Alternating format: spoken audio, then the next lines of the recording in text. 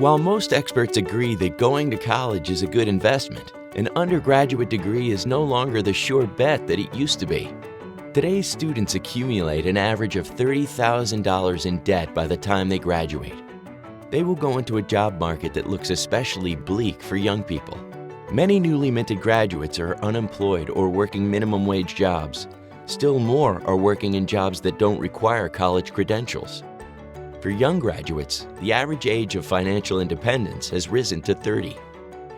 Technology, globalization, and the economy have had a huge impact on jobs, but there are other forces at work that are transforming the nature of employment in America, forces our colleges and universities have been slow to recognize, much less respond to. At most colleges and universities, tuition is going up, graduation rates are going down, and students are leaving with enormous debt, but without enough of the skills needed for productive employment. Even though many new graduates struggle to find jobs, employers complain that they can't find skilled workers to fill newly available positions. And this isn't just in fields like engineering and computer science. Nutritionists, welders, nurses' aides, and a wide range of other professionals are also needed. In a recent study, 96% of chief academic officers at American colleges and universities said their institutions were very or somewhat effective at preparing students for the world of work. But only 14% of Americans strongly agreed that college grads are well prepared for success in the workplace. And when asked whether they were getting enough college grads with the skills they need, barely 1 in 10 business leaders agreed. How the higher education system adapts to these changes will shape the future of America's 50 million undergraduates and influence the nature of work for generations to come. So what can higher education do? How should it respond? There is no right answer. It all depends on what we believe we need and should expect from higher education. Should its primary purpose be to train students in the skills they need for the job market? Or should higher education be responsible for training the next generation of entrepreneurs, innovators, and citizen leaders? Do we still believe colleges and universities should be the engines of social progress and economic development they have been in the past? We need to see what we all think about these questions and choose a strategy that addresses our deepest priorities. But we also need to consider the drawbacks of any strategy to make sure we can live with its consequences. So let's look at 3 different views on what can be done. Perspective number 1, prepare students for the job market. This view says that American higher education needs to go back to doing what it does best, rigorously preparing students for good jobs. One way to do that would be for academic institutions to develop partnerships with businesses and tailor courses to provide students with the skills they'll need in the workforce. Schools could also offer students direct pathways to graduation with fewer elective requirements, but focusing on workforce readiness would mean students in these programs would miss out on a well-rounded general education. Schools could provide more internships or apprentice-style programs so students could really immerse themselves in the world of work. But then students would spend more time in on-the-job training and less time in the classroom. This would require watering down the curriculum or extending the time needed to graduate.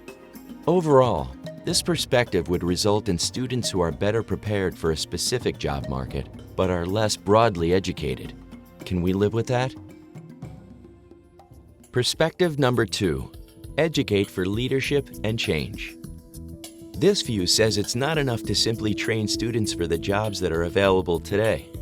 Higher education ought to produce graduates who have the skills they will need to shape the future. What if colleges and universities could redesign their courses to focus on critical thinking skills, collaborative problem solving, leadership development, and other aptitudes needed for the jobs of the future? With rising tuition costs and debt loads, would an education that provides students with such soft skills rather than specific job training be too risky an investment?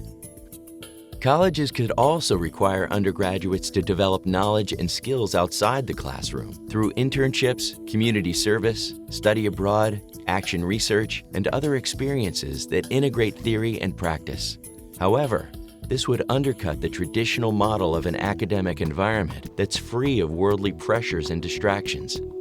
Colleges could also make entrepreneurship, both economic and social, an essential component of the undergraduate experience, so that students continually learn by working with others on solving problems and generating opportunities. But this focus on leadership development might not be appropriate for a general education. Not everyone has the desire or temperament to be a leader. Overall, this perspective would produce more graduates with higher order skills, but not necessarily immediate job skills. And it would not come cheaply or quickly. Is this the investment we want to make?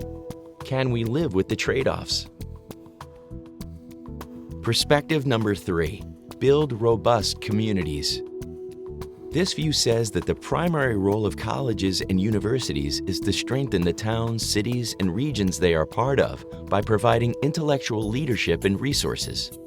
To do this, academic institutions could expand work-study programs and make community service a core part of the curriculum. This would allow students to apply their learning to the real world while also providing valuable services to their communities. But many service learning programs assign students to menial roles that don't address real needs or solve actual problems in the community, leading to cynicism and disengagement on the parts of both students and community members. What if colleges and universities applied their knowledge and expertise toward addressing vital needs in the community, like improving K-12 education, providing affordable housing, and incubating local businesses? The drawback is that this compromises the very idea of the exclusive ivory tower, which has long been part of higher education's identity. Schools could also use their purchasing power, including long-term investments, real estate projects, and hiring practices, to improve their local communities. But this is an additional administrative challenge to take on at a time when many are calling for a return to the basics of teaching and learning. This perspective would make higher education much more useful to actual communities. But what might we be giving up in exchange? As we begin talking about what we should expect from higher education, these 3 views are just the starting point for our conversation. Each one comes from a distinct way of looking at the issue. We need to explore each one and examine the trade-offs we would have to live with. This isn't just a polite discussion, it's important work. So let's get talking.